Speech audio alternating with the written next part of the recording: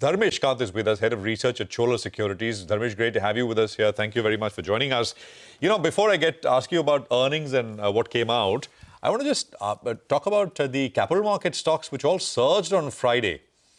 We had the SEBI chairman there at the conference, and he kind of basically said there was of course, before that there was a finance minister, I think, at the SBI conclave, and then there was the SEBI chairman at the Global Leadership Summit at the CNBC event, where the SEBI chairman essentially said that we are.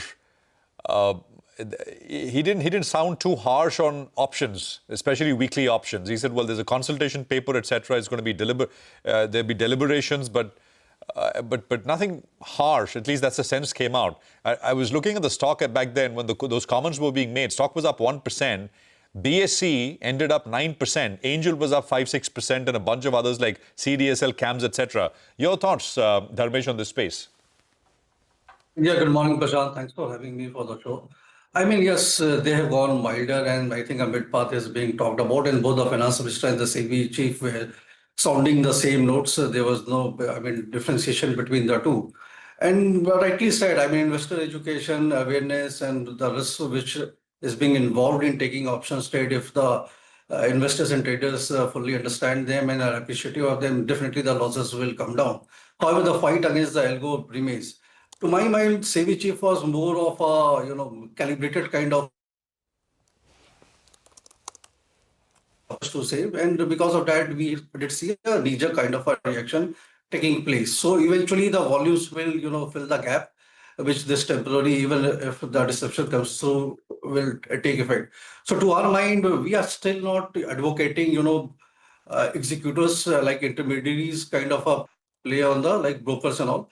But definitely, we are very bullish on the exchanges and the infra plays like CDSL, NSDL, CAMS, KFIN. So but this is the indirect route of playing the market, and not to forget the AMC. So these basket is still intact. Any declines can be bought into. Direct plays like Angel Booking, Motilal and all should be avoided for the time being, because to my mind, eventually this will come down, though at a slower pace. Okay. Dharmesh, hi, good morning. Lenskart, it's finally the day, right? And I was looking at the so-called grey market premium. I think this indication is that I think it's now down to some 3-4 rupees, not too much. So the question is, A, for people who did get allotment, who applied, who got allotment, what should they do? If there's no listing pop, do you just hold on? Is there long-term potential in this business? And B, if the stock declines today because of so much of debate around the valuations, would it be a buy on dips? And if yes, at what kind of price? I mean, it finally got offered at 402. So when does Lenskart become a buy? Good morning, Sobe. Good luck to Mr. Vinsal and the Lenskart team for the IPO listing. We have a clear, advice on same. We have a word rating on Lenskart. And see, going by Mr. Vinsal himself, he said 25% of the addressable market is already being catered to, and they are the largest player as far as the eyewear is concerned in India. And still you are sitting on basically no profit. Whatever profit was there, that was led by other income and not from the business's operation per se. So to my mind, after capturing so much and you being the largest player in the organized segment, still you are struggling to get a good profit. So best to the judgment of the people who want to buy it. I will like to see at least 1 year, 1.5 years before the profits are on the table.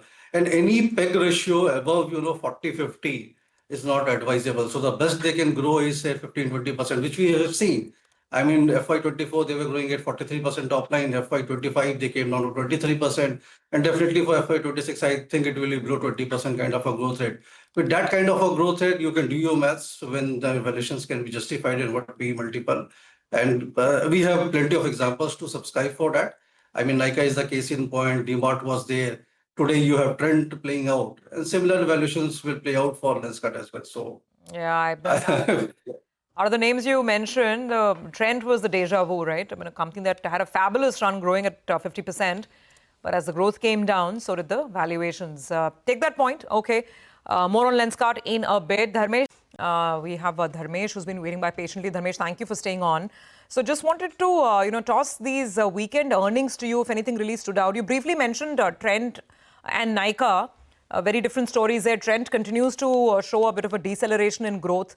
But Nykaa seemed actually better.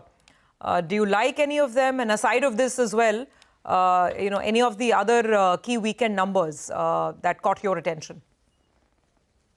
Yeah, I mean, the numbers definitely looked encouraging, but again, the valuations comes into play, and it's a long runway left before the valuation can, justify but the numbers. I mean, numbers can justify the valuation. So we are giving it a skip. But, Bazaar Auto number looks interesting that the export market has been doing fairly well. And if the domestic market picks up, then definitely a catch up on the price action compared to the relative peers may fall into place. Nalco is one number which we liked, greatly, just because all the parameters, all the boxes were ticked marked, and valuation wise is quite comfortably cheap. Going forward, as we see, global tensions easing down and more or less now, I think the reversal of tariffs may start seeing into place. So if that happens, then definitely aluminum prices will be a kicker going forward. So Nalco is the space which we like. And in pharma, I mean, there are particular counters which posted a good set of numbers, like Lupin numbers were excellent. Jadis Life Sciences came out with a strong set of numbers. Torrent Pharma came out with a strong numbers. So these are the plays where I think still the 2 months may still be muted on the index front, but these counters may do fairly well and a lot of upside left there just on the valuation count. So be stock specific, and there are many pockets where the numbers have been good and encouraging to ride the trend going forward into the month of November and December. Absolutely. Dharmesh, thanks very much. Good speaking with you, and talk to you again soon.